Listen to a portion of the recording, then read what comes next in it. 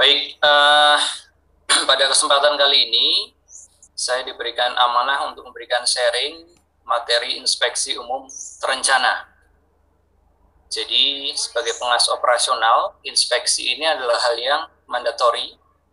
Ya, inspeksi ini juga salah satu hal yang mandatori sebagai salah satu unit kompetensi sebagai seorang pengawas operasional yang kompeten dalam pengelolaan keselamatan pertambangan di ruang lingkup pengawas operasional mineral dan juga batu bara.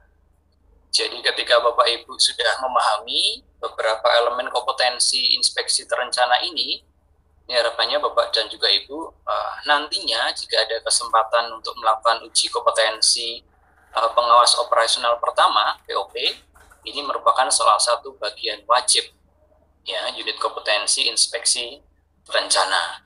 Nanti kita bagaimana mendetailkan apa yang harus disiapkan, bagaimana pelaksanaannya, bagaimana pendokumentasian dan juga melakukan evaluasi dan juga tindak lanjutnya. Baik, tujuan pelatihan pada siang hari ini Bapak dan juga Ibu, ya kami akan mengajak Bapak Ibu dan rekan semuanya untuk bersama-sama kita memahami tujuan dan juga manfaat dari inspeksi terencana ini. Jadi sebenarnya tujuan dan juga manfaatnya itu apa sih? Seberapa penting kenapa dilakukan inspeksi terencana? Apakah hanya gugur tugas? Apakah hanya sebagai hal yang tidak wajib gitu ya, atau sekilas, atau seperti apa? Ya. Kemudian kita juga bersama-sama nanti harapannya bisa merencanakan dan juga mempersiapkan inspeksi terencana itu dengan sebaik-baiknya. Ya, kita berproses dan saya yakin Bapak dan juga Ibu rekan semuanya itu sudah melakukan ya inspeksi terencana ini dengan sebaik-baiknya. Ya, terbukti dari review partisipasi safety accountability program yang ada di seluruh set.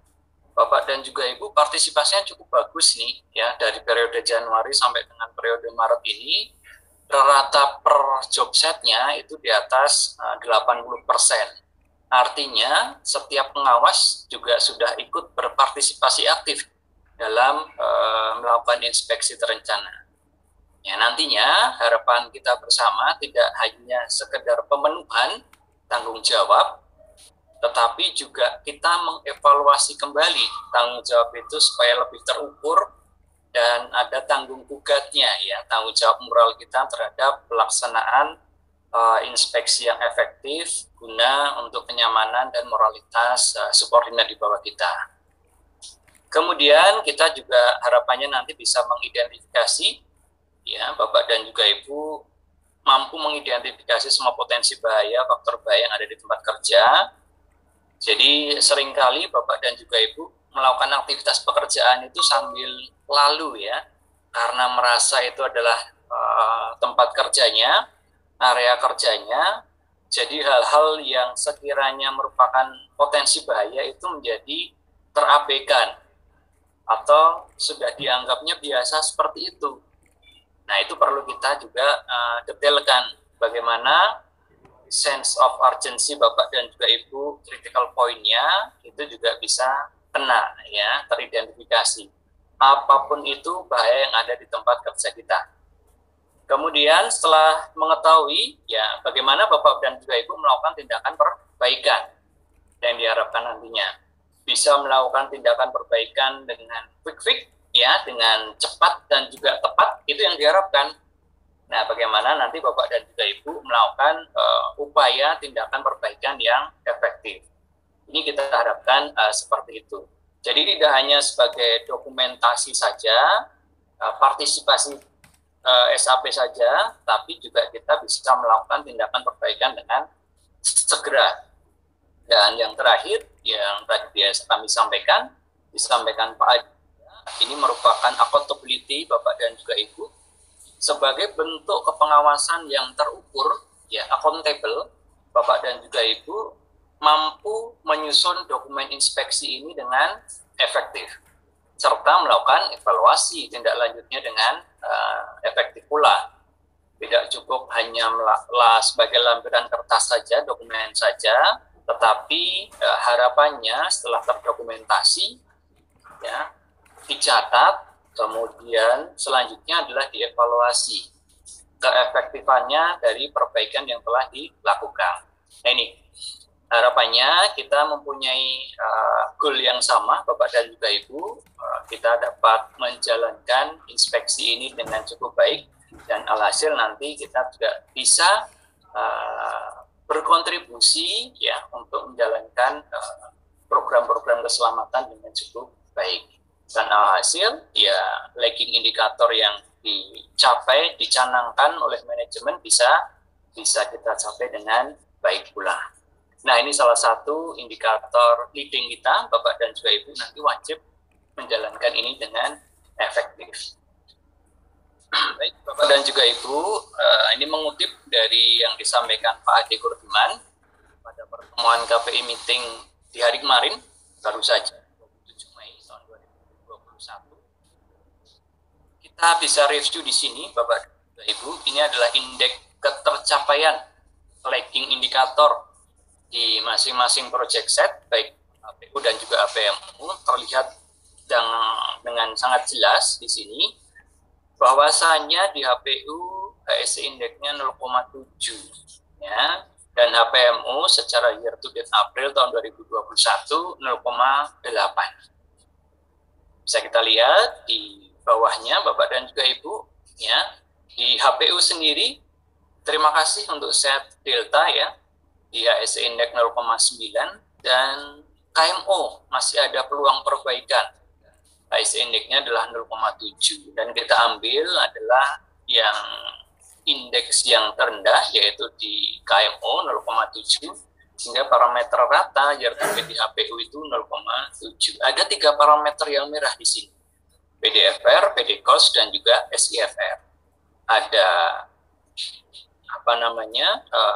indikator PDFR, Property Damage Frequency Rate, ya, jadi kerapan terjadinya kerusakan pada alat ya, 1 juta jam kerja, kemudian cost-nya, Property Damage Cost, dan juga keparahan ya, Severity Injury Frequency Rate.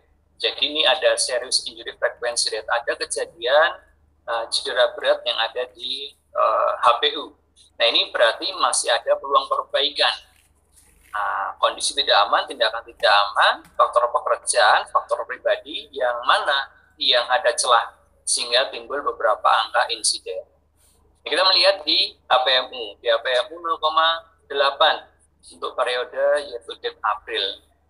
Ini ada 2 parameter, juga masih ada peluang perbaikan. Bapak dan juga Ibu serta rekan semuanya, parameter PDFR dan PDCOS ini dari tahun 2012 awal proyek ya, HPU dan HPU berdiri sampai dengan saat ini, 2 parameter inilah yang seringkali menduduki peringkat teratas. Artinya apa?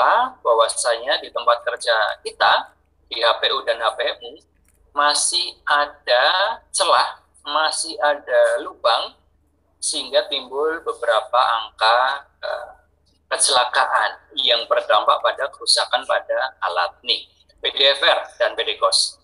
Nah, dari indikator ini, dari lagging indikator ini, Bapak dan juga Ibu, kita bisa mereview bahwasanya sebenarnya di tempat kita itu masih banyak loh peluang-peluang perbaikan yang harus kita kendalikan.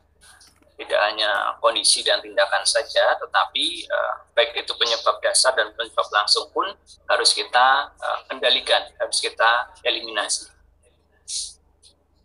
Nah, jika dari statistik insiden, dari lagging indikator tadi, di tempat kita dari Januari sampai dengan Maret tahun 2021, Bapak dan juga Ibu, kita masih tercatat ya 21 kasus kecelakaan.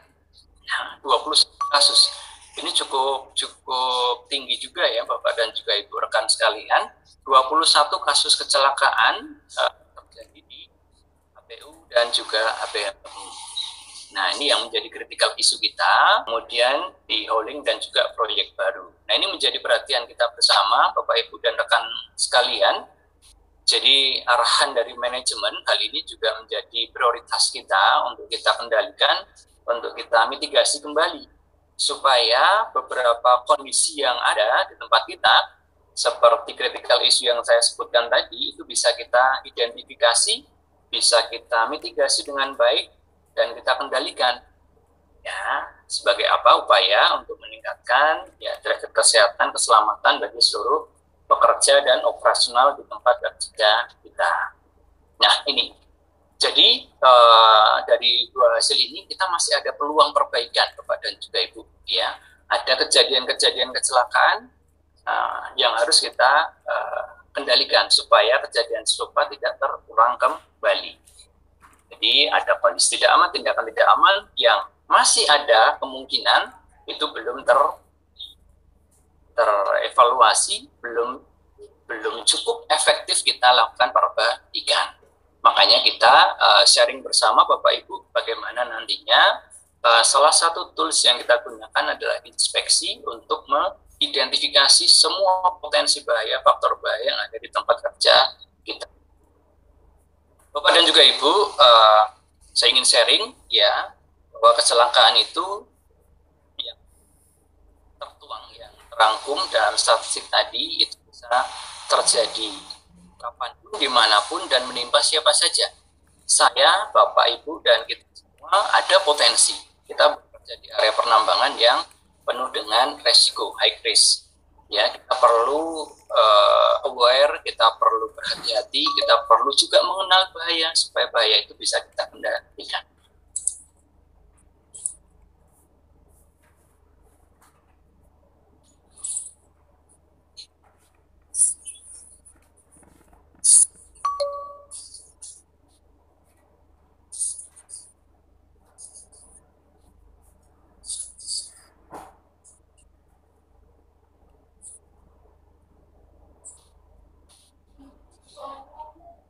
Krishna, ini video ya?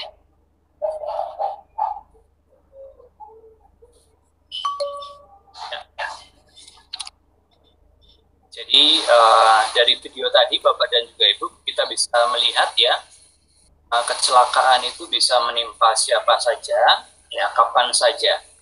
Dari statistik tadi menyampaikan bahwasanya ada 30 kasus kecelakaan setiap harinya. Dan di tempat kerja kita gimana? Nah, alhasil Bapak dan Ibu sebagai pengawas operasional harus bisa mengendalikan hal tersebut. Terjadi hal yang tidak terkendali, yaitu kecelakaan. Baik, Bapak Ibu, saya lanjutkan ya. Dasar referensi untuk melakukan inspeksi terencana itu ada beberapa. Saya ambil beberapa saja dari nasional ya, dari Kementerian SDM, dan juga dari internasional. Saya ambil ISO 45001. Bahwasanya di beberapa legal peraturan perundangan yang ada itu memang mewajibkan, mensyaratkan pelaksanaan inspeksi itu dijalankan. Kita melihat di Permen SDM nomor 2526 tahun 2018 itu kaitannya dengan pelaksanaan kaidah pertambangan yang baik. Jadi di situ disebutkan bahwasanya di pasal 14 ya 4546 itu pelaksanaan program kaidah pertambangan ya salah satunya adalah inspeksi keselamatan kerja. Itu wajib untuk dijalankan, wajib untuk dilakukan supaya apa?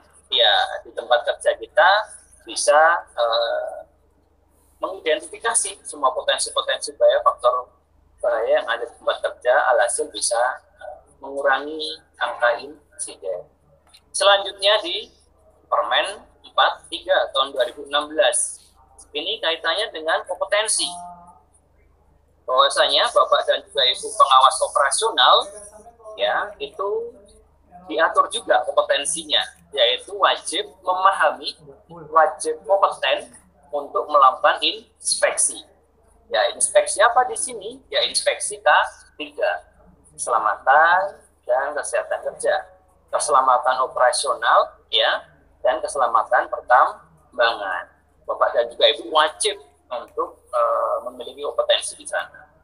Kepmen 1827 pun sama di lampiran 3 tertuang dengan sangat jelas perihal inspeksi keselamatan kerja sebagai salah satu tools wajib untuk mengukur ya, mereview keefektifan dari suatu prosedur yang ada di tempat kerja. Jadi salah satu tools yang digunakan adalah program inspeksi keselamatan kerja. Pun sama, kalau kita melihat standar yang berlaku internasional, itu di ISO 45001, di klausul 812, itu sangat jelas, tertuang, bahwasanya disebutkan semua pemilik usaha ya ataupun pekerja itu wajib untuk melakukan program eliminasi bahaya ya, dan juga untuk mengurangi angka resiko. Dengan apa? Ya dengan melakukan salah satunya yang terukur, yaitu inspeksi. Ya, jadi sangat jelas kalau untuk dasar referensi yang ada di sini, Bapak dan Ibu wajib untuk menjalankan inspeksi tersebut. Mohon maaf Bapak dan juga Ibu, suara saya terdengar jelas atau tidak ya? Terdengar, Pak. Terdengar, Pak. Saya kondisikan dulu ya, karena hujan deras Bapak dan juga Ibu, mohon maaf.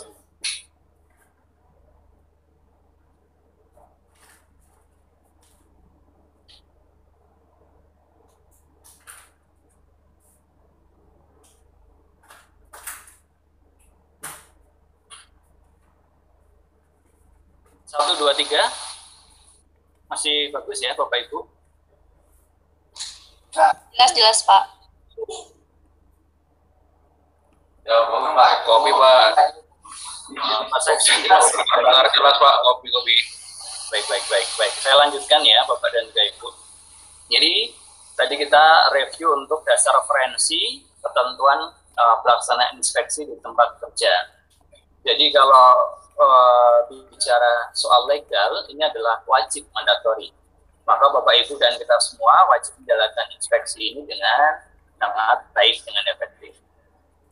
Nah, di ILO, bila kita mengutip Bapak dan Ibu, nanti bisa juga melihat review kewajiban seorang pengawas operasional ya, ataupun seorang pekerja itu juga diwajibkan melakukan proses implementasi ya, dan juga proses pengelolaan risiko dengan apa? Akan melakukan suatu program inspeksi. Kita bisa melihat di beberapa artikel ya dari ILO, ini di beberapa standar ya, di Occupational Safety and Health Convention ini di tahun 1981 ya, tepatnya di nomor 155 artikel 9 itu sangat jelas disebutkan Bapak dan Ibu bahwasanya di sini enforcement of laws and regulation concerning occupational safety and health. Jadi penegakan hukum dan peraturan yang sangat baik ya, itu diupayakan dijamin dengan proses inspeksi ya, dijamin dengan proses inspeksi yang terukur juga, yang terintegrasi. Ini di artikel 9 di Occupational Safety and Health Convention. Kemudian di artikel 13 bicara soal Labor Inspection Convention, ini di 1947 tahun 81 juga sangat jelas di sana Bapak dan Ibu bisa melihat bahwasanya labor inspector ya shall be empowered to take step with a view to remediating effect observed in plant. Jadi seorang di sini adalah pengawas ya, pengawas dan juga pekerja, yaitu harus bisa melakukan inspeksi dan perbaikan segera terhadap semua ancaman K3. Ya, jadi threat to the health or safety of the workers ya, apapun yang berdampak pada keselamatan dan kesehatan kerja itu wajib kita identifikasi dan wajib kita kendalikan. Bagaimana? Salah satunya adalah dengan inspeksi. Kemudian juga ada beberapa hal standar di Safety Health Inman Recommendation. Ini juga beberapa tahun lalu Pak Ade juga ikut terlibat dalam penyusunan standar ini, diberikan amanah ke Swiss ya, di ILO. Ini juga tertuang dengan sangat jelas Bapak dan juga Ibu, bagaimana sistem kendali resiko yang ada itu digunakan, salah satunya tools yang dipakai adalah inspeksi. salah satu untuk menganalisa dan juga mengendalikan resiko, kita harus develop dan juga mengimplementasikan suatu sistem untuk mengendalikan suatu resiko, yaitu inspeksi. Nah, ada beberapa hal standar ini, ya secara tidak langsung, ya sudah sangat jelas. Inspeksi adalah hal yang mutlak bagi semua pengawas, ya, semua pekerja, terutama seorang pengawas operasional. Nah, lantas apa itu definisi inspeksi, Bapak dan juga Ibu? Ada beberapa hal, ada beberapa rekomendasi, ada beberapa referensi, Bapak dan juga Ibu bisa lihat. Kalau menurut Shahab, ya, ini di tahun 97, dia mendefinisikan inspeksi itu sebagai upaya deteksi dini. Upaya deteksi dini terhadap apa? Upaya deteksi dini untuk mengoreksi adanya potensi-potensi bahaya yang ada di tempat kerja yang dapat menimbulkan kecelakaan. Ini Shahab. Jadi, upaya deteksi dini mengoreksi potensi bahaya yang ada di tempat kerja yang dapat menimbulkan kecelakaan. Itu adalah Shahab.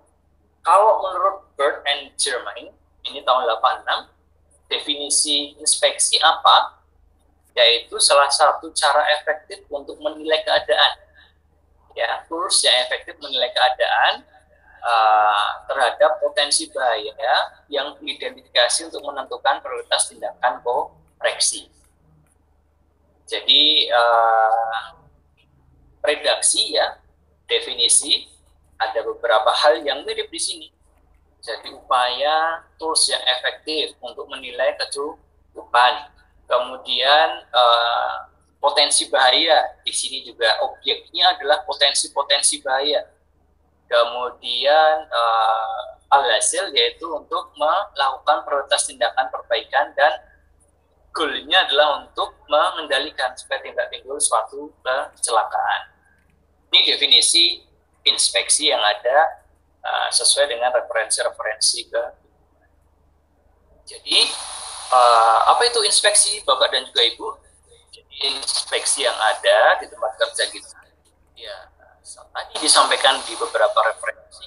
Inspeksi itu adalah alat bantu manajemen, tools baku yang digunakan untuk melakukan pengendalian, mengidentifikasi, memperbaiki kondisi-kondisi yang tidak aman di tempat kerja kita, sehingga dapat mencegah terjadinya suatu insiden. Ya, nah, proses ini dilakukan secara sistematis. Jadi inspeksi terencana dilakukan secara sistematis. Jadi jelas, ya, Bapak dan juga Ibu, inspeksi terencana adalah tools yang telah disediakan oleh manajemen untuk melakukan identifikasi. Kemudian setelah diidentifikasi potensi-potensi bahaya itu dilakukan perbaikan, ya, perbaikan dengan efektif terkait dengan kondisi-kondisi yang tidak aman, sehingga tempat kerja itu bisa aman, bisa selamat, sehingga alhasil tidak terjadi suatu angka kecelakaan. Nah, kalau di tempat kerja kita, Bapak dan juga Ibu, di HPU dan HPMU, kita ada dua tools yang pertama inspeksi, yang kedua adalah observasi. Nah, observasi nanti akan kita sharingkan di minggu depan. Jadi, bagaimana sih objeknya dari inspeksi dan juga objek observasi nanti akan kita detailkan di pembahasan ini dan minggu depan. Nah, kita berfokus pada inspeksi terlebih dahulu. Objeknya adalah untuk mengidentifikasi, mengendalikan, memperbaiki, ya, kondisi-kondisi yang tidak aman di tempat kerja secara sistematis. Nah, lantas bedanya apa, ya, kalau dengan audit inspeksi dan audit? Nah, ini sebenarnya hal yang lanjutan, ya, inspeksi dan juga audit. Bapak dan juga Ibu sering mendengar istilah inspeksi, istilah audit. Ya. Tempat kerja kita juga sama, inspeksi dan juga ada audit. Kalau inspeksi, Bapak dan juga Ibu, kita perlu pahami ini bagaimana cara kita untuk melihat, mereview kesesuaian objek, ya, fokus pada objek, kemudian penekanan pada hasil. Ini adalah inspeksi. Metodenya cukup banyak, kita melakukan inspeksi dengan kita turun ke lapangan, kita melakukan pengujian, pemeriksaan yang terperinci dan juga terukur. Itu adalah inspeksi. Nah, kalau audit bagaimana? Kalau audit itu ya mereview kesesuaian implementasi dan juga sistem. Jadi sistemnya seperti apa, aktualisasi di lapangan, implementasinya bagaimana.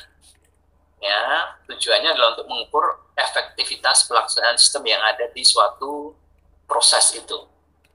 Ya, kemudian terfokus pada sistem secara komprehensif dan mereview keseluruhan proses kerja yang ada di area tersebut. Kalau kita bicara audit Panca-Nirbaya, ya berarti Panca-Nirbaya 5 elemen dan 55 subelemen itulah yang kita review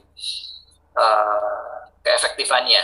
Ya, kita ukur efektivitas pelaksanaan sistem yang ada dengan di lapangan.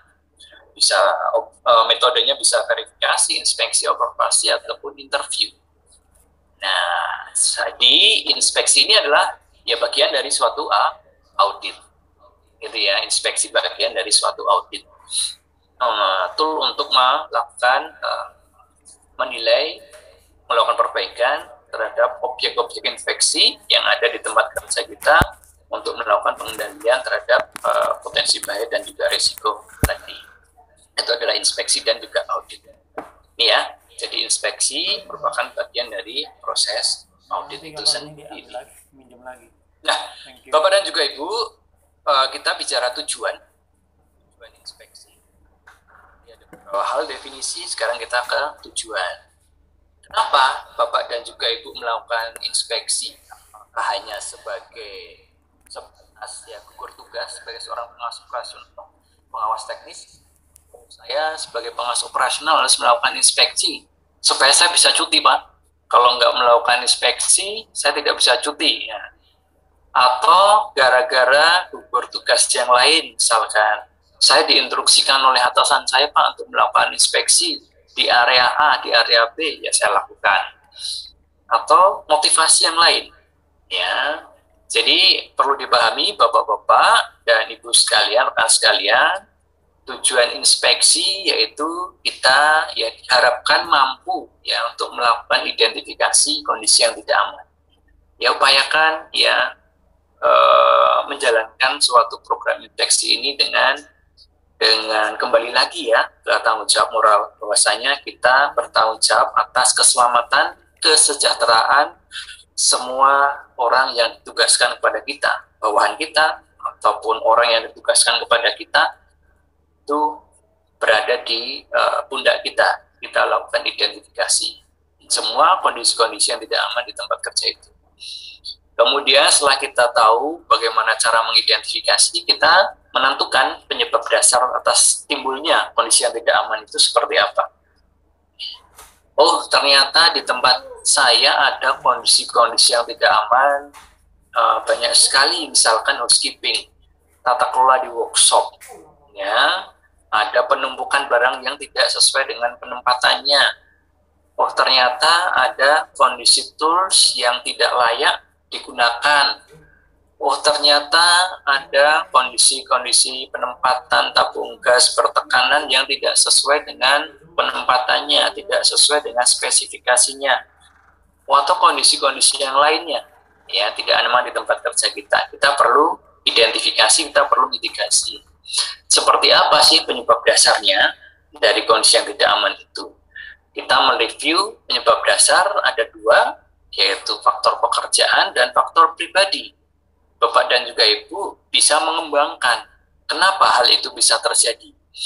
Oh, ataukah atas instruksi dari customer, atau karena tuntutan pekerjaan, ya, atau hal yang lain yang tidak teridentifikasi, itu bisa kita identifikasi dengan segera. Kemudian setelah itu kita mampu untuk melakukan perbaikan yang segera, harapannya quick fix. Jadi setelah kita tahu, setelah kita memahami, kita mampu untuk melakukan perbaikan. Kemudian setelah itu kita melakukan pencegahan supaya kondisi yang ada tadi itu tidak timbul suatu hal yang berdampak serius, yaitu timbulnya suatu kecelakaan. seringkali kondisi tidak aman di tempat kerja kita itu repetitif ya, berulang ya.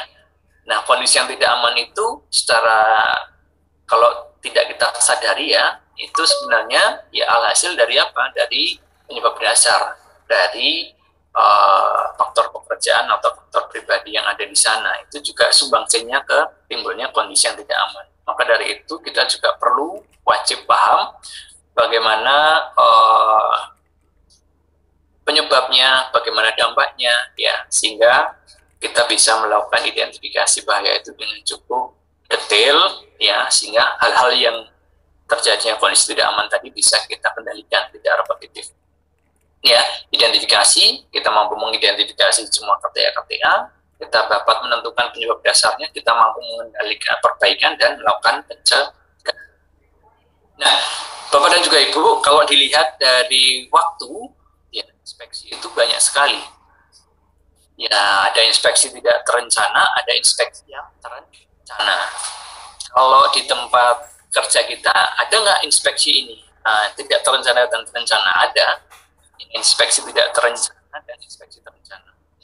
Kalau inspeksi tidak terencana itu sewaktu-waktu, ini bisa juga dengan sidak, gitu ya.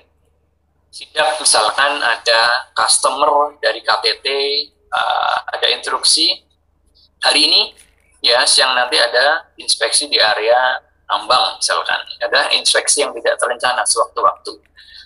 Nah, ini bisa juga inspeksi yang dilakukan jika ada kecelakaan. Ya, jika ada kecelakaan, itu bisa kita lakukan inspeksi tidak terencana. Loh, kenapa kok bisa sampai terjadi kecelakaan? Di Jalan Hauling misalkan, unit DT Mercy yang rebah. Disinyalir bahwasanya areanya adalah terlalu, grade jalannya terlalu tinggi, gitu ya, taruhlah seperti itu. Maka inisiatif manajemen set melakukan inspeksi yang tidak terencana. Oke, kita cek ke lapangan, ya, melakukan inspeksi tidak terencana. Atau dengan pemenuhan peraturan, itu juga inspeksi tidak terencana bisa juga kita lakukan. Ya, inspeksi terencana, tidak terencana, dan yang kedua adalah inspeksi terencana. Ya, seperti yang kita bahas pada session kali ini adalah inspeksi terencana. Diharapkan program inspeksi yang kita jalankan itu ya terencana, terjadwal, ada persiapannya, kemudian ada PSC-nya, ada timnya, kemudian bagaimana pelaksanaannya, bagaimana pendokumentasian dari inspeksi itu, bagaimana evaluasi dan tindak lanjut dari inspeksi itu kita jalankan secara rutin sesuai dengan jadwal kita. Ada inspeksi umum, ada inspeksi bertahap, ada inspeksi khusus. Ini dijalankan juga oleh Bapak dan juga Ibu sebagai pengawas operasional, ya. Sebagai pengawas operasional menjalankan ini, inspeksi umum, bertahap, dan khusus. Inspeksi umum, misalkan di area kerja, di jalan holding, di tambang, di area warehouse, workshop, ya, inspeksi umum. Inspeksi bertahap, ambil contoh ada suatu pembangunan fasilitas, ya, gudang handak, kemudian konstruksi, ya, konstruksi limbah TPS limbah B3 dan lain sebagainya. Nah, inspeksi bertahap, kita melakukan inspeksi itu secara bertahap. Atau inspeksi khusus untuk terkait dengan tools ataupun alat, ya, ini bisa kita jalankan inspeksi khusus untuk melakukan pemeriksaan dan pengujian secara khusus di sana. Apakah ini inspeksi di unit, ya, ternyata ada informasi kecelakaan, rem brake-nya, ya, tidak berfungsi, ya, maka dari itu tim plan bersama tim terkait menjadwalkan untuk inspeksi terencana seluruh unit kaitannya dengan sistem brake-nya masih berfungsi dengan baik atau tidak, diuji kelayakannya, yaitu adalah inspeksi khusus. Itu ya Bapak dan juga Ibu, ada inspeksi tidak terencana, ada inspeksi yang terencana. Nah, Bapak dan juga Ibu, ya, tadi kita mereview ada beberapa tujuan. Nah, sekarang ada tentang objek. Jadi objek inspeksi itu yang mana sih? Apakah kalau sudah terjadi suatu kecelakaan nih, ya minor injury taruhlah, baru kita melakukan inspeksi, atau setelah terjadi kecelakaan cedera berat atau bahkan fatality, baru kita melakukan inspeksi. Ya, hal-hal yang menyumbang kaitannya dengan hal minor injury, serious injury, kita lakukan inspeksi. Yang mana sih Bapak dan juga Ibu yang harus kita kelola, yang harus kita jalankan inspeksinya di mana? Ya, di pembahasan yang lalu di BPR, Bapak dan juga Ibu, kita review bagaimana seorang pengawas itu mampu untuk melakukan review ya pada sesuai dan tidak sesuai di tempat kerja, dan juga objek yang harus kita kelola yang mana. Nah, yang harus kita kelola kalau menurut Hendrik, Bapak dan juga Ibu, kita review piramida insiden, bahwa kejadian fatal yang ada di tempat kerja itu ya itu bermula dari 300.000 ya tindakan tidak aman ataupun kondisi yang tidak aman, KTA dan juga TTA. Maka kalau di grup safety eksekutif ya, dan juga grup yang lain, ada partisipasi ya, KTA dan juga TTA. Ini salah satu upaya bagaimana kita mengajak Bapak dan juga Ibu pengawas operasional untuk bersama-sama aware bagaimana kita mengidentifikasi KTA, ya, TTA yang ada di tempat kerja kita, kemudian kita kendalikan. Jadi tidak cukup untuk kita dokumentasikan, kita cukup share, tetapi kita lakukan perbaikan segera. Ya, partisipasi cukup 1 hari 1, Bapak dan juga Ibu rekan semuanya mengendalikan kondisi tidak aman, tindakan tidak aman itu bisa ya berpartisipasi untuk mengeliminasi ya ratusan kondisi tidak aman, tindakan tidak aman dalam 1 hari. Taruhlah jika Project A mempunyai pengawas operasional itu 50 orang, ya minimal 1 hari 50 kondisi tidak aman, tindakan tidak aman itu bisa kita eliminasi, bisa kita kendalikan. Ya, setiap hari kita lakukan dalam 1 bulan, ya itu bisa sampai 1.500 kondisi tidak aman, tindakan tidak aman yang bisa kita kendalikan. Itu Bapak dan juga Ibu.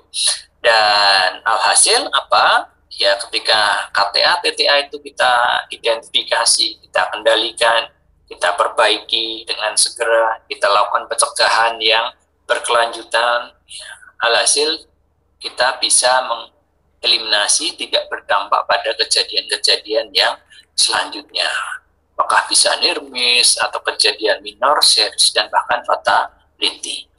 Jadi objek inspeksi yang akan kita jalankan Bapak dan juga Ibu yaitu ya 300.000 kondisi yang tidak aman ataupun tindakan tidak aman. Inilah yang harus kita kendalikan, yang harus kita kelola supaya tidak timbul kejadian-kejadian sampai rentetannya ke fatality.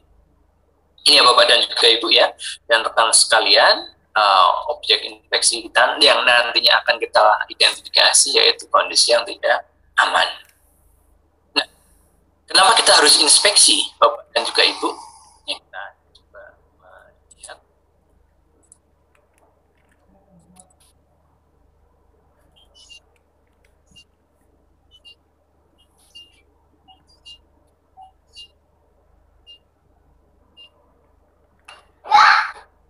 Ini videonya agak apa ini Pak? Pak Kris. Mas Kris, videonya nggak tampil ya.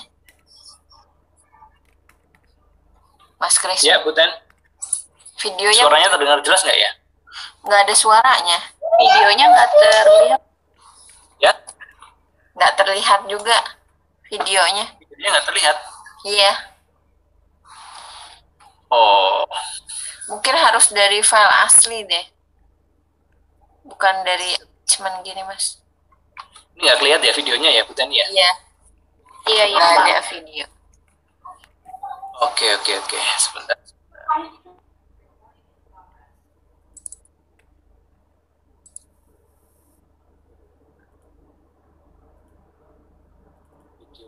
Lihat ya.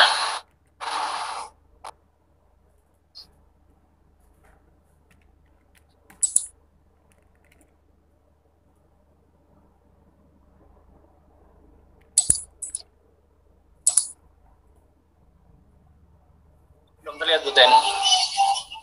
Belum, Pak. Belum ya? Harus ambil dari file asli kayaknya, Mas Kris. Oke. Video aslinya. Ya. Kita harus ini ya. Satu-satu nih ya. Yang video pertama tadi juga nggak kelihatan kayaknya. Oh, baik-baik. Ini kelihatan, Mbak Bu Teni? Belum, Pak. Belum. Stop share dulu. Oke.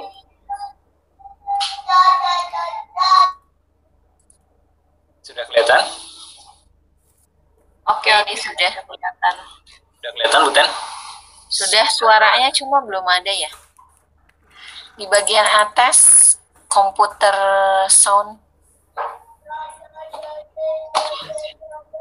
dipilih more. Sudah ya, coba ya.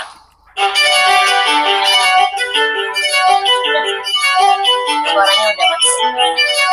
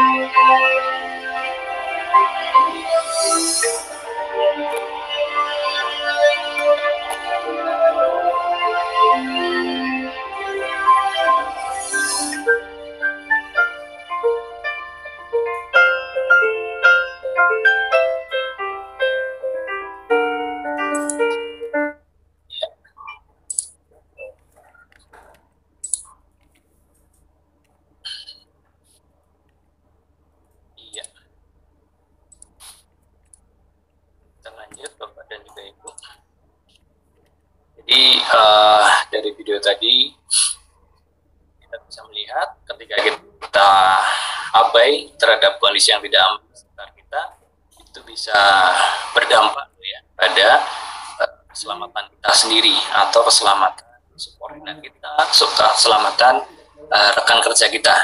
Jadi sebagaimanapun ya di tempat kerja kita juga harus aware sekecil apapun kondisi yang tidak aman di tempat kerja kita, dimanapun ya kita mempunyai kewajiban untuk melakukan perbaikan, tidak mengabaikan kejadian ataupun kondisi yang tidak aman tersebut. Baik Bapak dan juga Ibu, kalau bicara soal tanggung jawab sudah sangat jelas ya. sesuai dengan Kepmen 1827, itu tugas tanggung jawab pengawas operasional salah satunya adalah melakukan inspeksi, pemeriksaan, dan pengujian. Selain itu juga mendokumentasikan hasil inspeksi, pemeriksaan, dan pengujian. Jadi ada tanggung jawab, ada tanggung gugat. Kalau sesuai dengan standar Pancanirbaya di tempat kita, Bapak dan juga Ibu pengawas operasional, itu juga diatur dengan sangat jelas, ya, implisit sangat jelas disebutkan di standar Pancanirbaya itu untuk foreman, ya, sekelasnya itu minimal 1 kali, ya, dalam sebulan untuk melakukan inspeksi. Tapi di beberapa area kerja sesuai dengan kebijakan masing-masing manajemen site, mengingat kondisi area kerjanya juga banyak hal kritikal, ya, kemudian dengan pertimbangan-pertimbangan yang lain, maka diwajibkan seorang foreman, ya, minimal adalah 2 kali atau 3 kali dalam sebulan melakukan inspeksi, atau bahkan 4 kali dalam sebulan untuk melakukan inspeksi. Artinya adalah 1 minggu itu diwajibkan untuk melakukan inspeksi. Supaya apa? Ada tanggung jawab, ya, ada tanggung gugat seorang pengawas operasional terhadap keselamatan subordinatnya, keselamatan area kerja yang menjadi ruang lingkup objek pengawasannya. Kemudian supervisor atau sekelasnya ini juga dijelaskan, dituliskan sangat jelas di sana, itu wajib melakukan inspeksi ulang dari hasil foreman, ya, inspeksi foreman yang telah dilakukan oleh subordinatnya, yaitu seorang foreman, dengan mempertimbangkan area yang memiliki risiko yang tinggi, itu yang menjadi prioritas utama, high risk. Jadi ada banyak sekali nih foreman melakukan inspeksi di area tambang, taruhlah seperti itu, di area disposal, di area forwarding, di area jalan hauling, di area misalkan adalah di di dinding tebing, ya, itu seorang supervisor ya wajib melakukan inspeksi area-area mana saja yang teridentifikasi high risk. High risk itu berarti dengan kode bahaya A, ya, dan juga A itu mendapat utama. Oh, ternyata ada critical point nih di area disposal karena ada kegiatan aktivitas dumping di dekat air. Itu mendapatkan prioritas pertama dulu, melakukan inspeksi di area itu. Dan selanjutnya yang kode bahaya di bawahnya, yang medium ataupun yang sedang, itu kita lakukan inspeksi. Nah, bagaimana subten? Subten juga mempunyai kewajiban melakukan inspeksi, yaitu mereview ulang inspeksi terencana yang dilakukan oleh foreman, ada di area departemennya, ya, area tanggung jawabnya, yang telah dilakukan inspeksi ulang oleh supervisornya dengan mempertimbangkan area-area yang memiliki risiko tinggi. Jadi seorang subten itu wajib mereview kembali inspeksi yang telah dilakukan oleh si foreman-nya, ya, yang telah dilakukan oleh si supervisornya. Pak, gimana Pak, kalau saya seorang subten, apakah cukup dengan melakukan inspeksi itu? Ya, dikatakan cukup ketika Bapak Ibu menjalankan itu dengan efektif. Itu sudah menjadi salah satu parameter, ya, partisipasi Bapak dan juga Ibu subten terkait dengan accountability, ya, tanggung jawab yang terukur untuk melakukan inspeksi. Ya, jadi sudah masuk tuh statistik SAP Bapak dan juga Ibu ketika menjalankan inspeksi foreman atau supervisornya. Terus bagaimana seorang PM, PCO ataupun Deputy Project Manager ini juga sama, mempunyai kewajiban juga melakukan inspeksi terencana, baik itu yang dilakukan oleh foreman-nya, yang telah inspeksi oleh supervisornya, kemudian diinspeksi ulang inspeksi oleh subtennya. Makanya kalau di kolom inspeksi terencana, Bapak dan juga Ibu, di lembar pertama itu kan ada ya, diinspeksi oleh siapa, kemudian ada kolom keduanya lagi, ya, dilakukan inspeksi oleh siapa, di kolom ketiganya oleh siapa. Jadi berkelanjutan, ya, berkelanjutan. ketika ada kondisi yang tidak aman yang teridentifikasi oleh foreman, maka seorang supervisornya juga bertanggung jawab untuk memverifikasi apakah sudah ditindaklanjuti, apakah sudah efektif, atau masih ada kendala. Ya, begitu juga seorang subtennya wajib untuk mereview kembali apa yang telah dilakukan oleh foreman-nya, apa yang telah dilakukan oleh supervisornya. Dan juga seorang PCO juga wajib melakukan review kembali yang dilakukan oleh foreman-nya, supervisornya, ataupun superintendent yang berada di area tanggung jawabnya. Nah, ini adalah tanggung jawab yang terstruktur ya, tanggung gugat yang terstruktur nantinya menjadi hal tanggung jawab dan juga tanggung gugat yang terstruktur dari foreman ke supervisor, dari supervisor ke superintendent, dari superintendent ke project manager. Nah, harapannya di semua set ini bisa berjalan dengan efektif. Nah, bagaimana Pak kalau saya ingin melakukan inspeksi sendiri? Ya boleh. Seorang superintendent melakukan inspeksi sendiri, ya, tidak melakukan overinspeksi, ya boleh. Ya, silahkan. Itu menjadi kewenangan dari seorang subten. Oh, ternyata sesuai dengan area kritikal yang ada di area lingkup objek pengawasan saya, ruang lingkup pengawasan saya, yang menjadi critical point adalah di area ini. Ada 5 area, 1, 2, 3, 4, 5. Itulah yang menjadi objek inspeksi si superintendent. Monggo, silahkan itu dijalankan. Begitu juga dengan project manager. Ini ya Bapak dan juga Ibu, tanggung jawab seorang pengawas untuk melakukan inspeksi. Jadi di peraturan Kepmen ya 1827 tahun 2018 juga sudah sangat jelas tugas tanggung jawab pengawas operasional. Bila Bapak dan juga Ibu sudah tersertifikasi kompetensi seorang pengawas operasional, ini yang ditanya pertama kali kan tugas tanggung jawab pengawas operasional. Ya, sebutkan harus hafal 4. Ya, salah satunya yaitu melakukan inspeksi pemeriksaan pengujian. Ya, itu tanggung jawabnya, dan tanggung jawabnya adalah mendokumentasikan hasil pemeriksaan, pengujian, dan inspeksi. Ini ya, tugas tanggung jawab seorang pengawas operasional dan pengawas teknis. Nah, jadi Bapak dan juga Ibu, kenapa kita menjalankan inspeksi? Ya, sangat bermanfaat sekali ketika kita menjalankan inspeksi dengan efektif, tempat kerja kita menjadi lebih aman. Karena dengan inspeksi yang efektif, dengan perbaikan yang efektif pula, itu menciptakan kondisi tempat kerja yang lebih aman.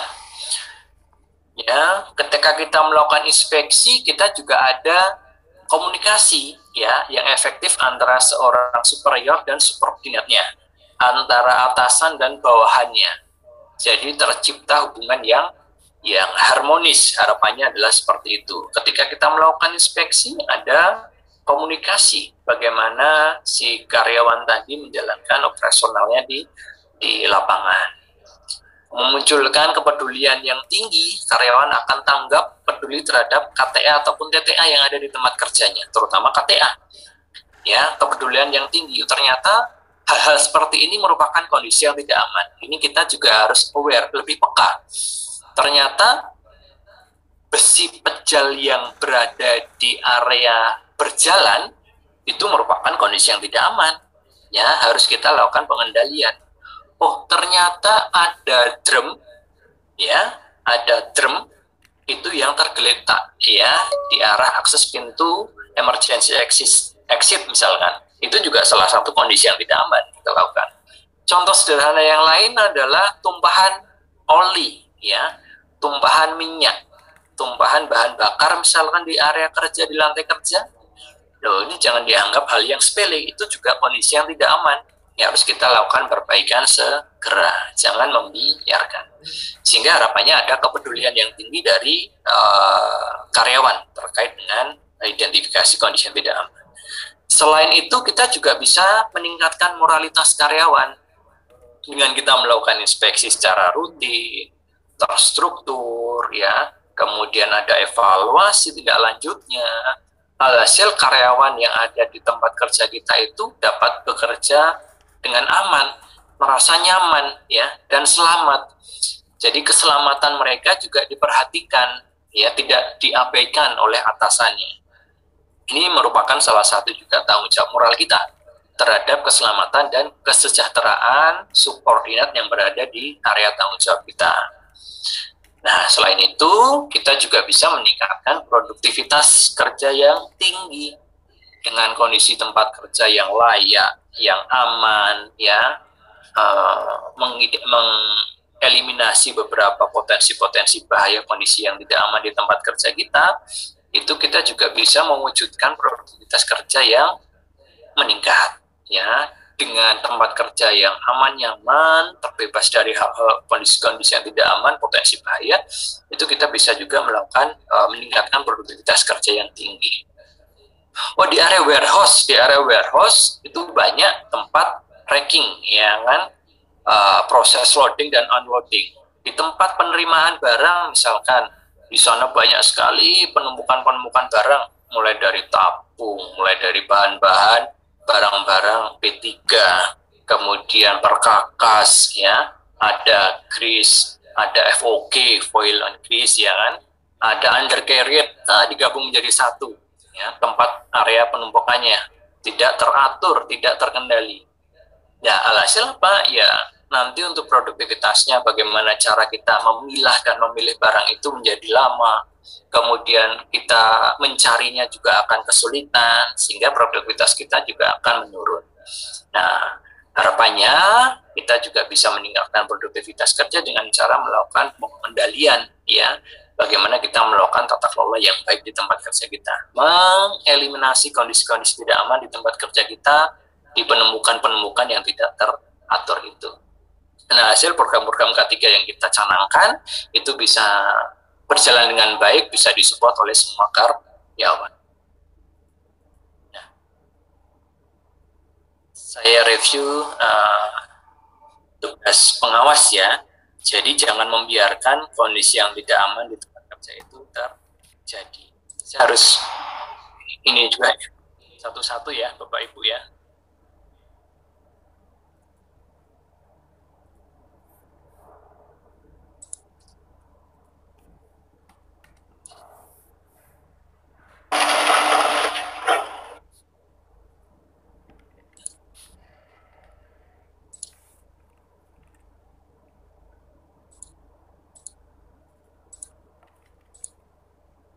Sudah terlampir, Bu Teni? Sudah, Pak. Ya.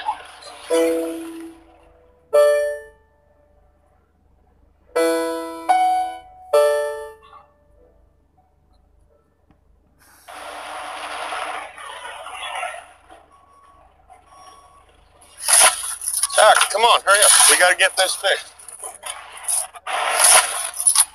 We got a lot of material to get out of here today. So don't we need to be locked out and tagged out on this? Don't worry about that. It'll take longer to lock and tag this out than it will to pop that up and in. Let's just hurry and get it done. Come on. Okay.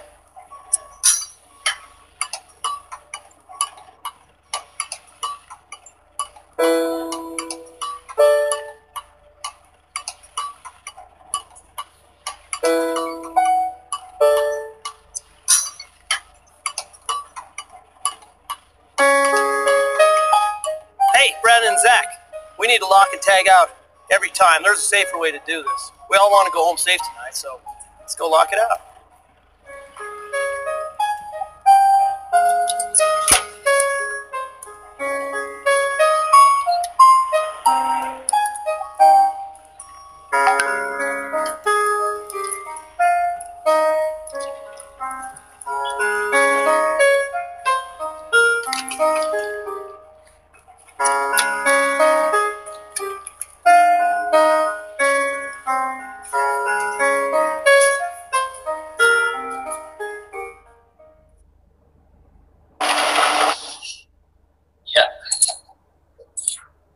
Jadi dari video itu Bapak dan juga Ibu kita bisa belajar bahwasanya sebagai seorang pengawas, ya, Bapak dan juga Ibu tidak membiarkan subordinat kita menjalankan kondisi yang tidak aman, pekerjaan-pekerjaan yang tidak aman. Ketika kita tahu, ya, berupayalah untuk empati Bapak dan juga Ibu sebagai pengawas operasional, bahwasanya kita posisikan ya pekerjaan itu yang kita jalankan. Kemudian kita pun sebagai rekan kita ataupun saudara kita, kakak kita, adik kita, bahkan anak kita ketika melihat melakukan pekerjaan yang tidak aman itu bagaimana? Ya, ketika itu kita jalankan, ya tanggung jawab moralitas kita untuk keselamatan dan kesejahteraan subordinat kita itu akan bisa kita jalankan dengan baik, gitu ya. Nah, kemudian Bapak dan juga Ibu, bagaimana alur pelaksanaan inspeksi? Ada 4 bagian ya, bagaimana kita melakukan persiapan, bagaimana kita melaksanakan, bagaimana kita melakukan proses pelaporannya, pendokumentasian, dan bagaimana kita melakukan evaluasi dan juga tindak lanjutnya. Jadi, mulai dari tahapan yang pertama, kita persiapan. Ya, persiapan itu kita mulai dari menentukan jadwal, PIC, kemudian objek inspeksi yang akan kita lakukan di mana saja, areanya, itu kita identifikasi. Kemudian menyiapkan tools, alat bantunya, seperti apa, form inspeksi, checklistnya, kemudian APD yang harus kita gunakan, ya harus sesuai dengan objek inspeksi yang harus kita lakukan, gitu kan. Nah, setelah itu timnya juga kita perlu siapkan, seperti apa, siapa, dan bagaimana. Kemudian yang kedua tahap adalah tahap pelaksanaannya. Bagaimana kita melakukan proses inspeksi itu. Bagaimana kita melakukan proses inspeksinya, bagian-bagian objek inspeksi yang akan kita lakukan review, identifikasi, kita mencatat ya semua bahaya-bahaya yang teridentifikasi, baru ke proses pendokumentasian laporan. Bagaimana kita melakukan penilaian resiko terhadap semua bahaya itu, membuat rencana perbaikan dan mendistribusikan ke PIC, dan kita melakukan evaluasi serta tindak lanjutnya di tahapan yang terakhir. Nah itu ya Bapak dan juga Ibu, bagaimana proses persiapan yang akan kita lakukan. Jadi kita menyusun jadwal dan tim dulu, karena ini adalah inspeksi terencana. Harapannya Bapak Ibu mempunyai jadwal ya dalam 1 atau 3 bulan ke depan, mana saja yang akan dilakukan inspeksi. Kemudian kita identifikasi standar peraturan yang ada di sana, kemudian timnya, checklist inspeksinya, mereview inspeksi yang terdahulu, itu kita lakukan persiapan. Kemudian pelaksanaan, bagaimana kita melakukan proses inspeksi itu dengan efektif. Kita berkoordinasi dengan PIC-nya, mengamati area kerjanya dengan seksama, meriksa semua checklist yang ada. Jadi checklist itu kan sudah disusun sebagai alat bantu Bapak dan juga Ibu. Silakan untuk direview satu persatu. Misalnya taruh saja kita di area tambang. Oh bagaimana jalan tambangnya? Oh bagaimana di sana ada spoil bouldernya? Oh bagaimana grade jalannya, elevasinya, spur elevasinya? Ya kita cek satu persatu. Oh bagaimana disposalnya? Ya, bagaimana pengaturannya, apakah ada alat supportnya, ya, dan lain sebagainya. Bagaimana penerangannya, itu perlu kita cek satu per satu. Begitu juga di area warehouse misalkan, oh bagaimana tata letaknya, ya, bagaimana garis demarkasinya, bagaimana penempatan tabungnya, ya, bagaimana pengendaliannya, apakah sudah sesuai, bagaimana MSDS-nya, itu kita perlu cek satu persatu dengan detail. Ya kita lakukan, kemudian kita review, kita catat ya semua bahaya tadi. Nah jangan lupa ketika ada good practices ya kesesuaian yang baik, kita juga salah satu wujud ya wujud reward kita ya terhadap pengawas terkait di area itu ya good practices, apa yang sudah baik dijalankan ya kita sampaikan juga, apa yang perlu untuk dilakukan perbaikan ya kita sampaikan juga, sehingga tidak serta-merta hanya ketidaksesuaian aja yang kita sampaikan. Oh ternyata yang kita lakukan inspeksi di area warehouse ya itu ternyata lebih banyak good practices-nya daripada ketidaksesuaiannya. Ya kita sampaikan menjadi bahan pembelajaran kepada departemen yang lain, kepada pengawas yang lain, atau bahkan ke proyek yang lain. Pelaksanaan sudah kita lakukan pelaporan. Bagaimana kita mendokumentasikan, kita menulis dengan terstruktur, runtut, jelas, sistematis, ya kita perlu lakukan. Ketika persiapan dan pelaksanaan sudah kita jalankan dengan baik, tetapi pendokumentasiannya yang tidak baik gitu ya, tidak terstruktur, tidak sistematis ya, maka inspeksinya juga akan tidak efektif, menjadi tidak efektif. Karena cara kita menuliskan beberapa deviasi, ketidaksesuaian itu juga penting kita perhatikan supaya penekanan terhadap temuan-temuan bahaya yang ada di tempat kerja kita itu menjadi suatu hal yang perlu kita segera lakukan perbaikan. Ya, ketika penulisan kita ya tidak detail, ya tidak terstruktur, tidak sesuai dengan ketidaksesuaian yang ada, itu menjadi bias. Ya, ketika menjadi bias, nanti supervisor, superintendent, dan superior yang ada di atasnya ketika melakukan overinspeksi juga akan menjadi bias, sehingga tujuannya tidak tercapai. Nah, ini kebanyakan hasil ketika saya melakukan audit ya, proses di elemen 2 nih, inspeksi dan juga observasi, kebanyakan seperti itu. Rekan-rekan ya melakukan persiapan, oke, pelaksanaannya sesuai, dokumentasinya bagus, tetapi pada saat proses overinspeksi, evaluasi tindak lanjutnya tidak terstruktur dengan cukup baik. Ini menjadi peluang perbaikan kita bersama. Semoga inspeksi yang kita jalankan juga akan lebih efektif kita jalankan. Setelah itu apa? Ya kita menentukan tindakan dan pencegahan yang berkelanjutan.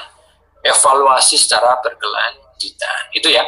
Jadi ini tahapan inspeksi yang akan kita jalankan nantinya. Nah, Bapak dan juga Ibu, sebagai seorang inspektor, ya, pelaksana inspeksi yang baik itu juga harus memiliki kompetensi, keahlian-keahlian yang khusus juga. Jadi tidak serta-merta melakukan inspeksi di area A, di area B, tanpa memiliki pemahaman yang baik terlebih dahulu.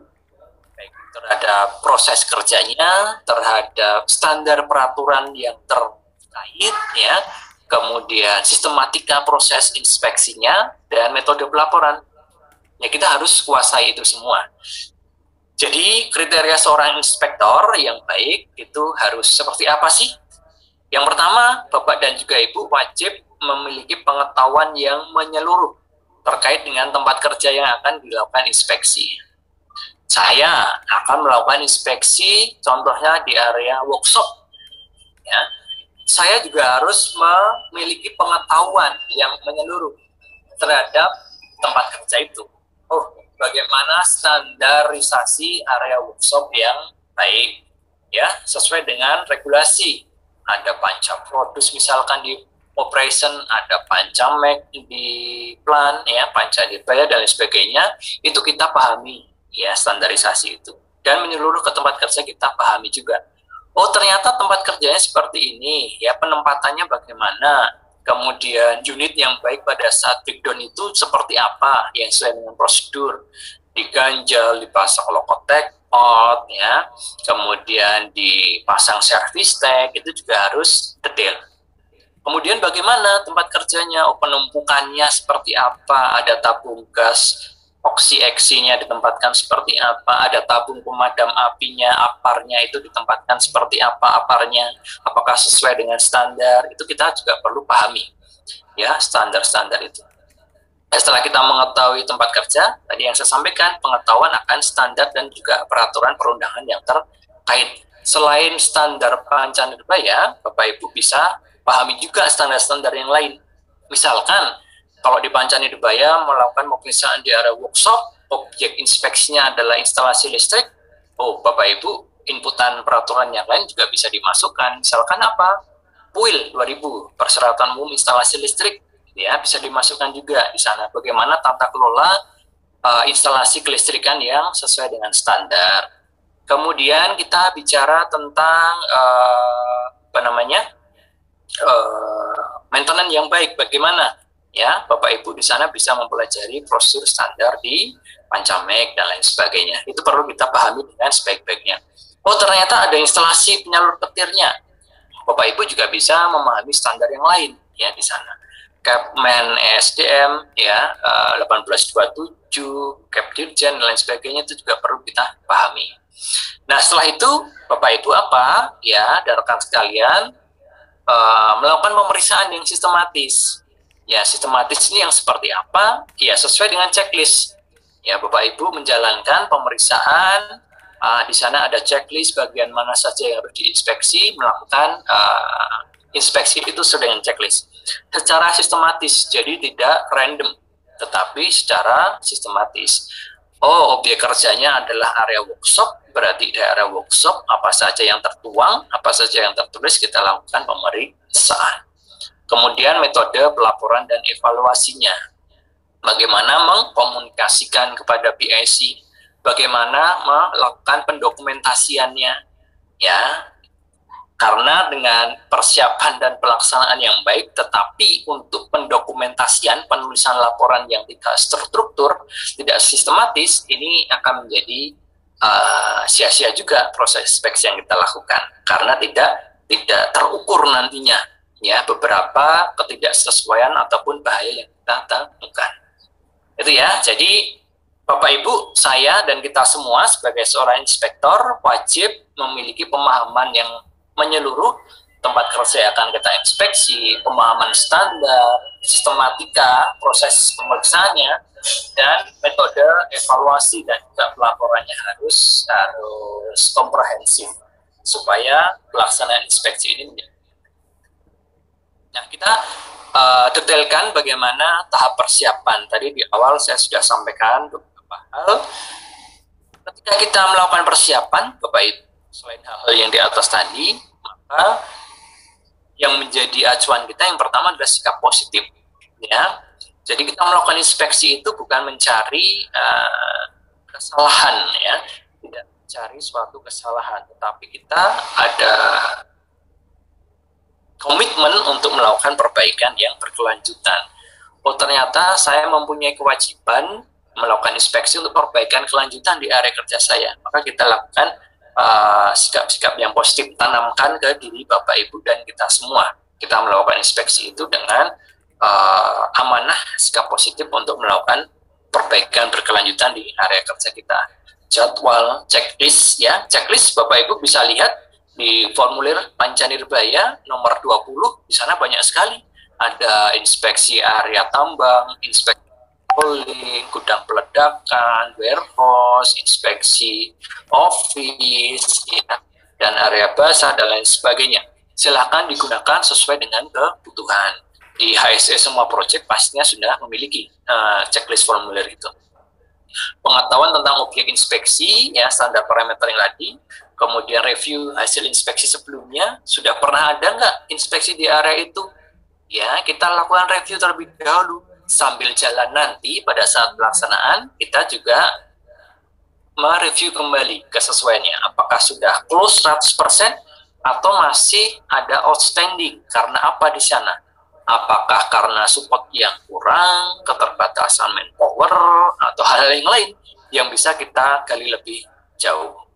Alat bantu tadi, ya, bisa kita identifikasi. Selain checklist, Bapak Ibu juga bisa siapkan kamera. Handphone misalnya bisa digunakan sebagai untuk merekam, ya, mendokumentasikan ketidaksesuaian dan kesesuaian good practice yang ada di tempat kerja. Ya, kemudian alat tulis dan lain sebagainya perlu kita lakukan persiapan di sana. Ini ya Bapak dan juga Ibu, dan saya yakin Bapak Ibu sudah menyiapkan ini semua untuk melakukan proses persiapan inspeksi dengan matang. Ya. Kemudian langkah kedua setelah kita lakukan persiapan, ya, Bapak Ibu juga wajib sebelum melakukan pelaksanaan, Bapak Ibu harus memiliki beberapa hal, ya. Tanamkan juga Bapak Ibu dan rekan semuanya sikap positif, ya, attitude yang positif, yaitu empati. Tidak hanya simpati, tapi diharapkan Bapak Ibu mempunyai sikap positif, yaitu empati. Jadi secara lebih dalam, ya, memposisikan Bapak Ibu, kita semua, Anda menjadi pekerja di area itu. Loh, bagaimana ketika kita mengetahui kondisi yang tidak aman di area itu, saya bekerja di sana.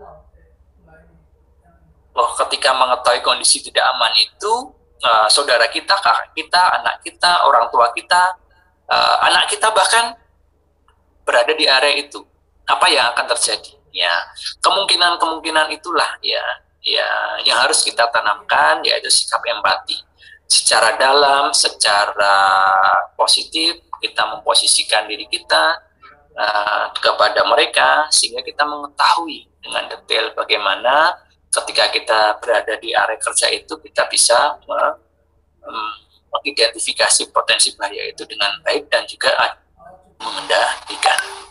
Kemudian lakukan secara sistematik, Bapak dan juga Ibu, rekan semuanya, secara berurutan. Ya, mulai dari lokasinya di mana. Ya, misalkan kita taruh di area tadi tambang sudah, workshop sudah, di area gudang handak misalkan, ya, gudang handak, gudang peledakan, ya.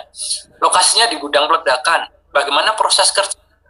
Bagaimana persyaratan masuk ke area gudang handak itu? Oh, tidak semuanya pekerja bisa masuk ke area itu. Harus ada surat izin masuk ke area gudang handak. Nah, bagaimana proses kerjanya? Bagaimana penumpukan detonatornya, ya, AN-nya, ya, dan perangkat-perangkat yang lain. Bagaimana desain skema area kerja itu, layoutnya? Oh, ternyata harus terpisah ya, antara penempatan detonator, inhale delay, ya, surface detonator dan lain sebagainya. Itu harus kita pisahkan. Bagaimana spesifikasi bangunannya, ya, layoutnya harus kita tentukan, harus kita ada gambaran di sana. Oh, ternyata pencahayaannya bagaimana? Oh, tidak ada pencahayaan, ya. Oh, bagaimana dengan pengelolaan temperatur? Oh, harus ada termometer ruangan di area sana. Oh, bagaimana instalasi kedaruratannya? Oh, harus ada komunikasi kedaruratan, apar, hidran, dan lain sebagainya. Bagaimana instalasi penyalur petir? Oh, harus ada penyalur petir seperti ini. Jadi ada pemahaman menyeluruh, ya, sistematik terkait dengan lokasi, proses kerjanya, sampai layoutnya, ya, mulai barang itu masuk, dikeluarkan, ya, pendokumentasian harus kita paham. Dimanapun kita melakukan inspeksi, ya, kemudian periksa secara menyeluruh area sekitar yang mungkin mempengaruhi proses kerja, perlu kita juga identifikasi, perlu kita detailkan juga secara menyeluruh, ya, sehingga tidak hanya berada di area itu, ternyata juga area-area sekitar yang mempengaruhi proses kerja di tempat itu juga perlu kita identifikasi. Nah, bila kita menemukan kondisi yang tidak aman, kita jangan abai, ya, kemudian kita lalu, ya, berjalan lalu saja, bukan, tapi harapannya Bapak dan juga Ibu, kita, ya, sebagai seorang pengawas mampu melakukan perbaikan segera, quick fix, ya, ketika ada kondisi yang tidak aman. Pada saat kita melakukan inspeksi, lakukan perbaikan segera, komunikasikan ke pihak terkait, perbaiki segera. Ya, tadi beberapa video kita review hal yang sederhana, kondisi yang tidak aman yang sederhana, misalkan ada paku aja, ya, tergeletak di akses berjalan, ya, harus kita perbaiki. Kita ambil paku itu, kita tempatkan di tempatnya. Ada pipa yang tergeletak atau penempatan barang yang tidak sesuai, akses keluar masuk unit pada saat maintenance, ya, harus kita kendalikan, harus kita lakukan perbaikan, ya, supaya hal-hal itu menjadi aman. Kemudian setelah itu kita klasifikasi potensi bahayanya, mana yang resikonya tinggi, mana yang medium, mana yang sedang, harus kita lakukan klasifikasi. Supaya apa? Mana yang harus kita kendalikan, mana yang harus kita perbaiki segera, ya, itu kita bisa tepat sasaran. Oh, ini yang skala high risk. Ada keterbatasan sumber daya, keterbatasan tool, keterbatasan waktu, biaya, dan lain sebagainya. Mana yang harus kita lakukan perbaikan segera? Oh, yang ini. Dengan pertimbangan adalah high risk. Ketika kita tidak lakukan perbaikan segera, akan timbul dampak kepada cedera, misalkan cedera serius, bahkan fatality, dan lain sebagainya. Itu yang harus kita lakukan perbaikan dengan segera. Nah, kemudian setelah kita mengklasifikasikan potensi-potensi kemungkinan penyebab dasarnya, perlu kita juga review detailkan. Ya, oh, kondisi tidak aman ini kok bisa ya ada di tempat ini? Kita telusur, ya, apa yang menjadi penyebabnya, penyebab dasarnya. Baik itu kita detailkan ke pekerjaannya, faktor pekerjaan.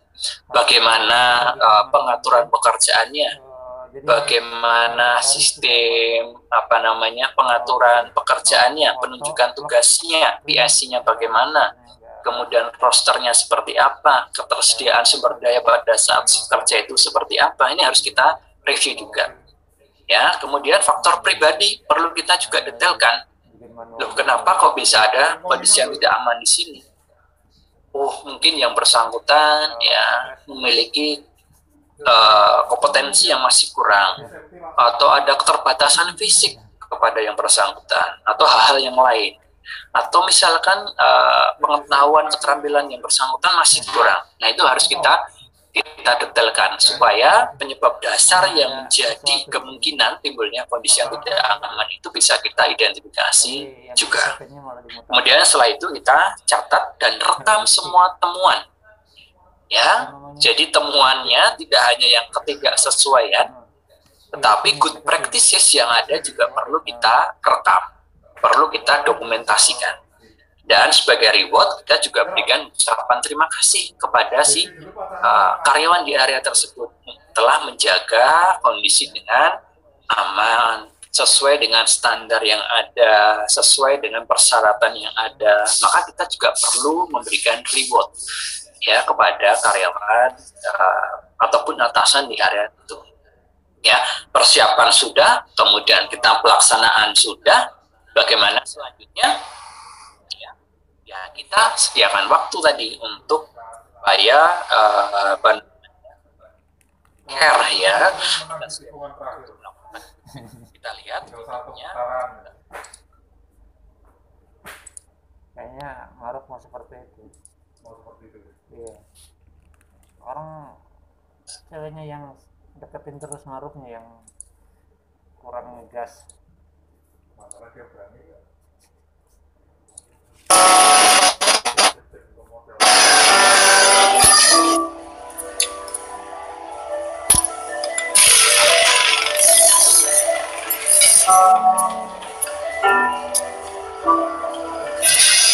Jay! Ang!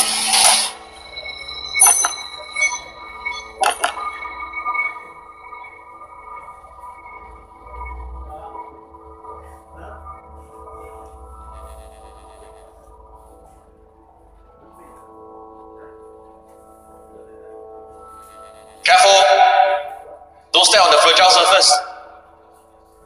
The barricades are missing.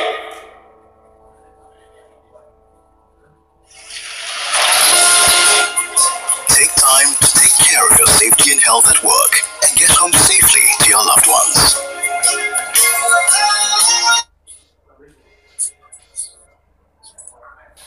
Ya, jadi quick ya tadi yang saya sampaikan. Penting adanya untuk kita jalankan dengan sebaik-baiknya. Ya Bapak dan juga Ibu, persiapan pelaksanaan sudah kita jalankan. Bagaimana selanjutnya? Nah, bagaimana cara kita tadi melakukan pelaksanaan? Ya, semua objek harus kita detailkan secara menyeluruh, baik peralatan, material, manusia, metode, dan juga lingkungan. Ya, tidak hanya deviasi saja sebenarnya, tapi good practices kita jalankan, harus kita catat, harus kita rekam dengan sebaik. Ya, kemudian kita melakukan proses tindakan perbaikan segera, quick. Jangan menunggu ketika ada kondisi yang tidak aman, tindakan tidak aman, misalkan yang teridentifikasi selama kita melakukan inspeksi, jangan kita tunggu dulu. Oh, nggak apa-apa Pak, kita tulis dulu sebagai ketidaksesuaian. Saya tulis dulu di dokumen inspeksi, ya besok kita perbaiki. Ya. Ketika kita bisa menyediakan waktu, ya 1 menit, 2 menit untuk mengeliminasi kondisi yang tidak aman itu luar biasa Bapak dan juga Ibu, bisa menyelamatkan ya 1 orang, 2 orang, bahkan keseluruhan proses kerja yang ada di area itu.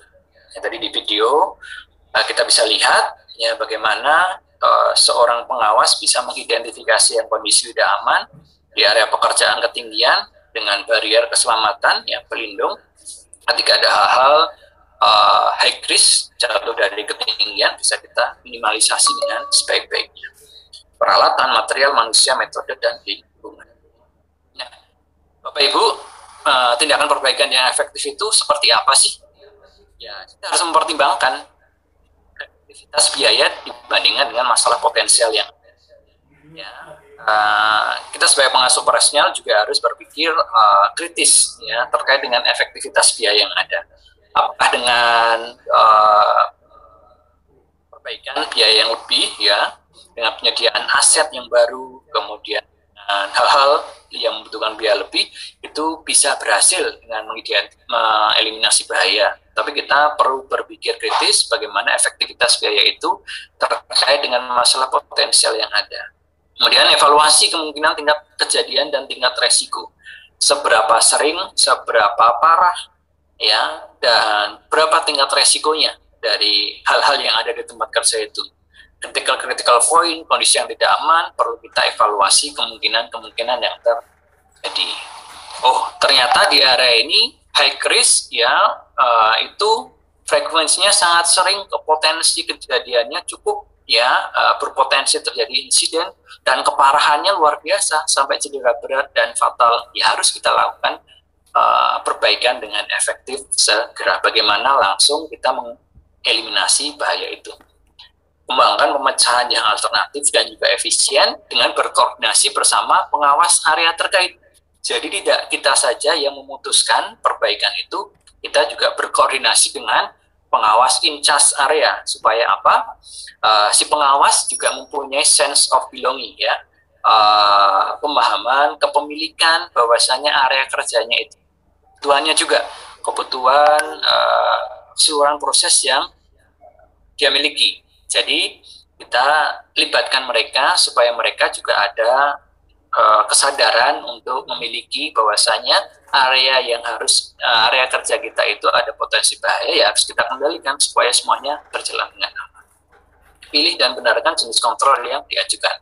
Nah, ini sesuaikan dengan hierarki, ya, pengendalian resiko yang sudah kami share beberapa waktu lalu di BPR dan juga JSA, rekayasa engineering sampai ke APD. Harus kita review keefektifannya, harus kita review ya kesesuaiannya, supaya tidak melulu dengan perbaikan APD saja. Ternyata dengan rekayasa engineering, eliminasi, substitusi, ya, isolasi, kemudian administrasi, training, dan yang terakhir ada APD, itu bisa kita jalankan dengan seefektif mungkin. Nah, tadi kita sudah jalankan bagaimana melaksanakan inspeksi yang baik. Kemudian kita melakukan proses yang ketiga, yaitu pendokumentasian pelaporan. Ya, bagaimana proses itu kita jalankan dengan efektif. Ya, penilaian dan menilai dan merekomendasikan. Kita juga harus fair and clear, ya. Temuannya seperti apa dan mengapa. Sebelum kita catat harus kita detailkan, harus terukur, ya.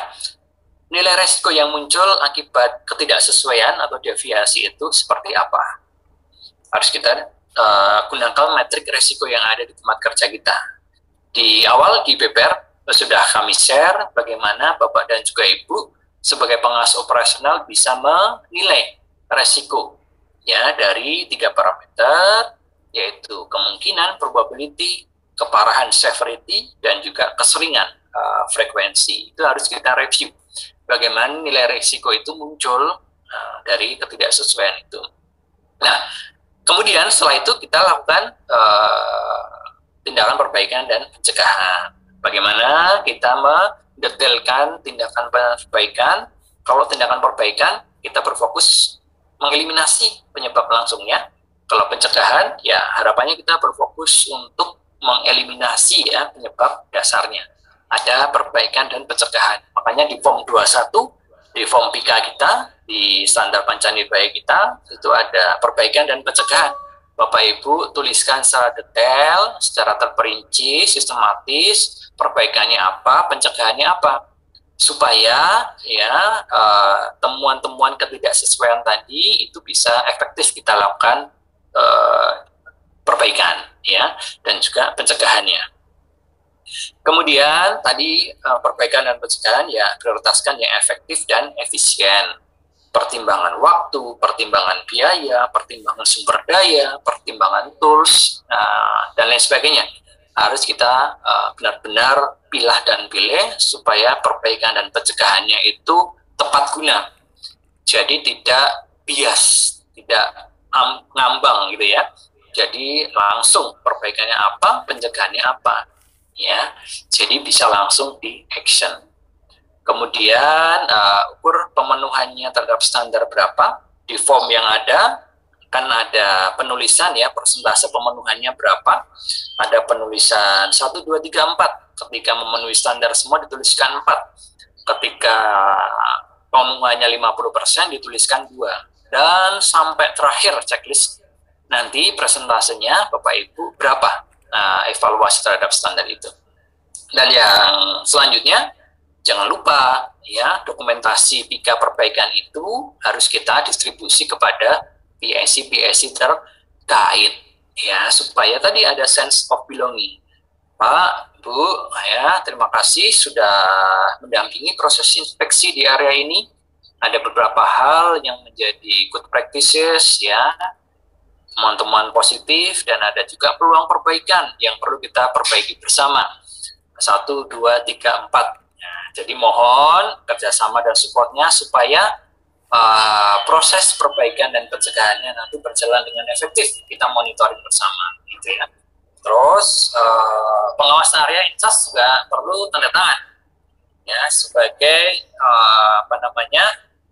tadi sense of belonging, dan juga ada tanggung jawab moral dari pengawas area terkait.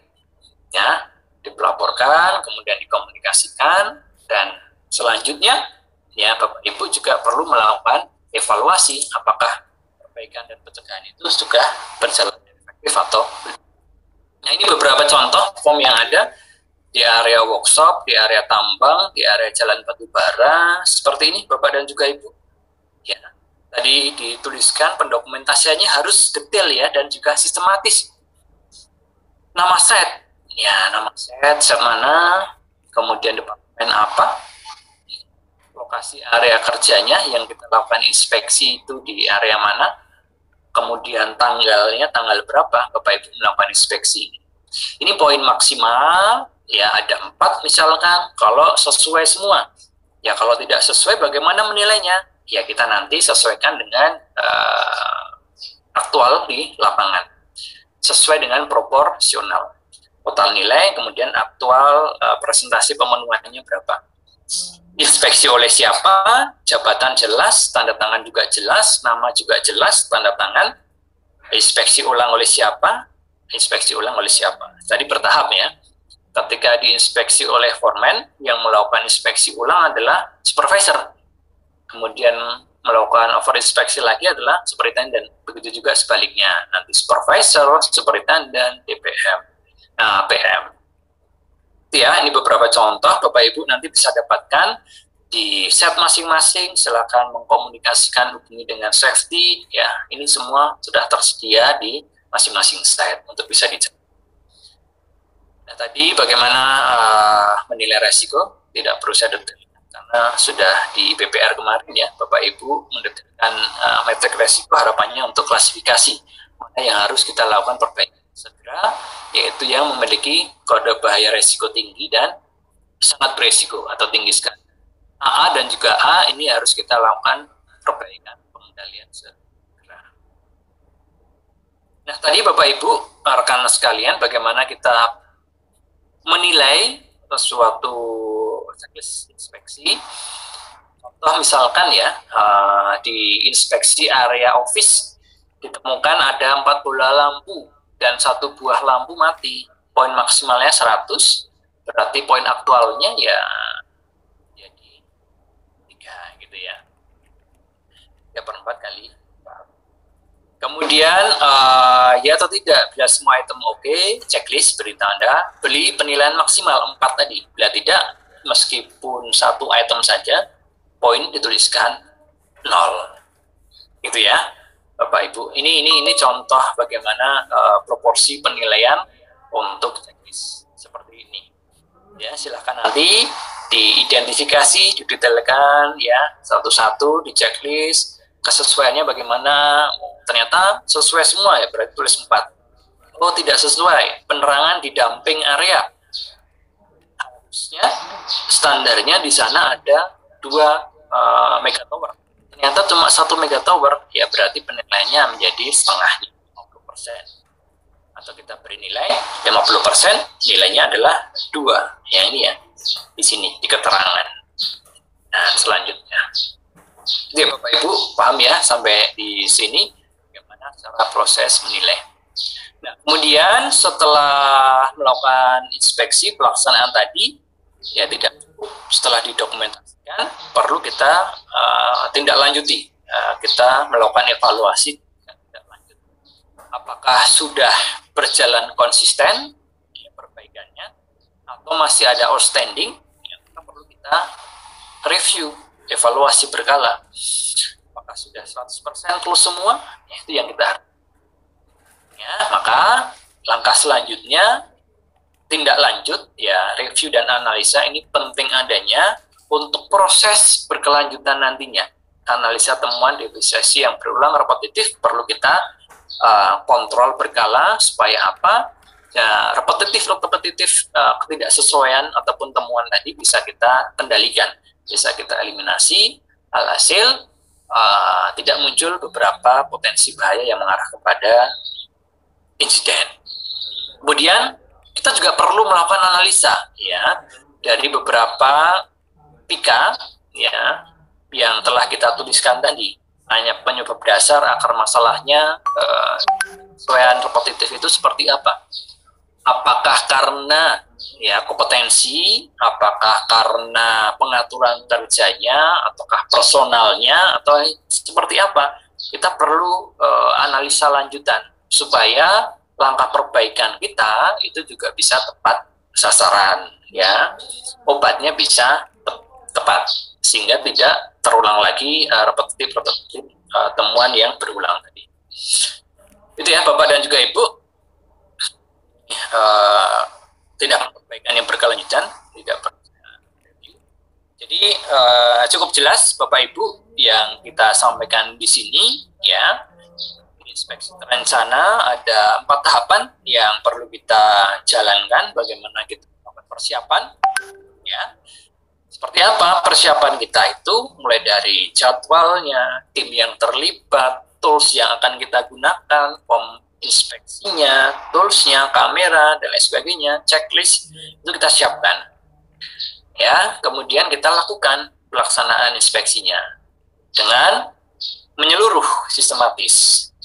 Periksa semua area kerja, proses kerjanya, objek inspeksinya sesuai dengan checklist.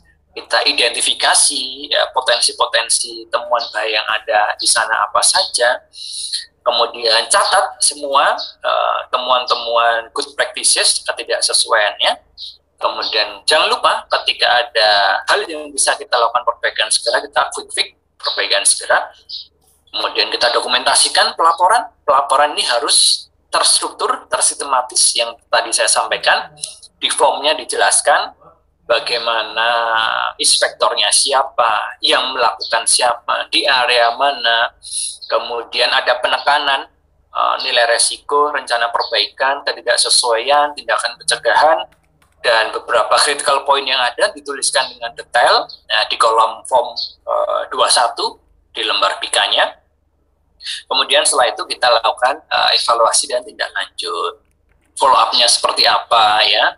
Misalnya kemudian kita di area yang sama ya kita lakukan evaluasi atau over inspeksi oleh superior kita. Ya, kemudian kita lakukan berkelanjutan secara terstruktur, secara terproses. Ini harapannya bahaya-bahaya ada di tempat kerja kita itu bisa kita kendalikan dengan seefektif mungkin. Nah itu Bapak dan juga Ibu. Nah saat ini sebagai informasi ini telah kita kembangkan ya Bapak Ibu mobile safety accountability. Jadi ini belum launching, belum go live. Tapi ke depan kita karena sudah memasuki 4.0 ya, harapannya juga proses inspeksinya juga bisa kita jalankan dengan dalam satu genggaman ya. Jadi up to date, update, dan bisa dilakukan di mana saja. Kita juga bisa mengurangi penggunaan sumber daya kertas ya, paperless. bisa, ini ada banyak area kerja nantinya, kantor, gudang, tambang, jalan angkut, dan lain sebagainya. Ini masih under construction bersama tim IT. Nanti mohon supportnya juga dari tim IT di head office. Nanti kita akan lakukan develop mobile safety accountability. Harapannya bisa segera launching dan membantu pengawas semuanya untuk melakukan proses inspeksi di tempat kerjanya masing-masing. Ini tuh Bapak dan juga Ibu, akhir kata closing statement saya, ya, the job is so important that we can take the time to perform it. Ya. Jadi terima kasih Bapak dan juga Ibu atas waktunya. Harapannya apa yang saya sampaikan bermanfaat, bisa dilaksanakan dan menjadi masukan bagi kita bersama untuk melakukan inspeksi dengan cara yang efektif. Demikian Bapak Ibu, terima kasih, semangat pagi.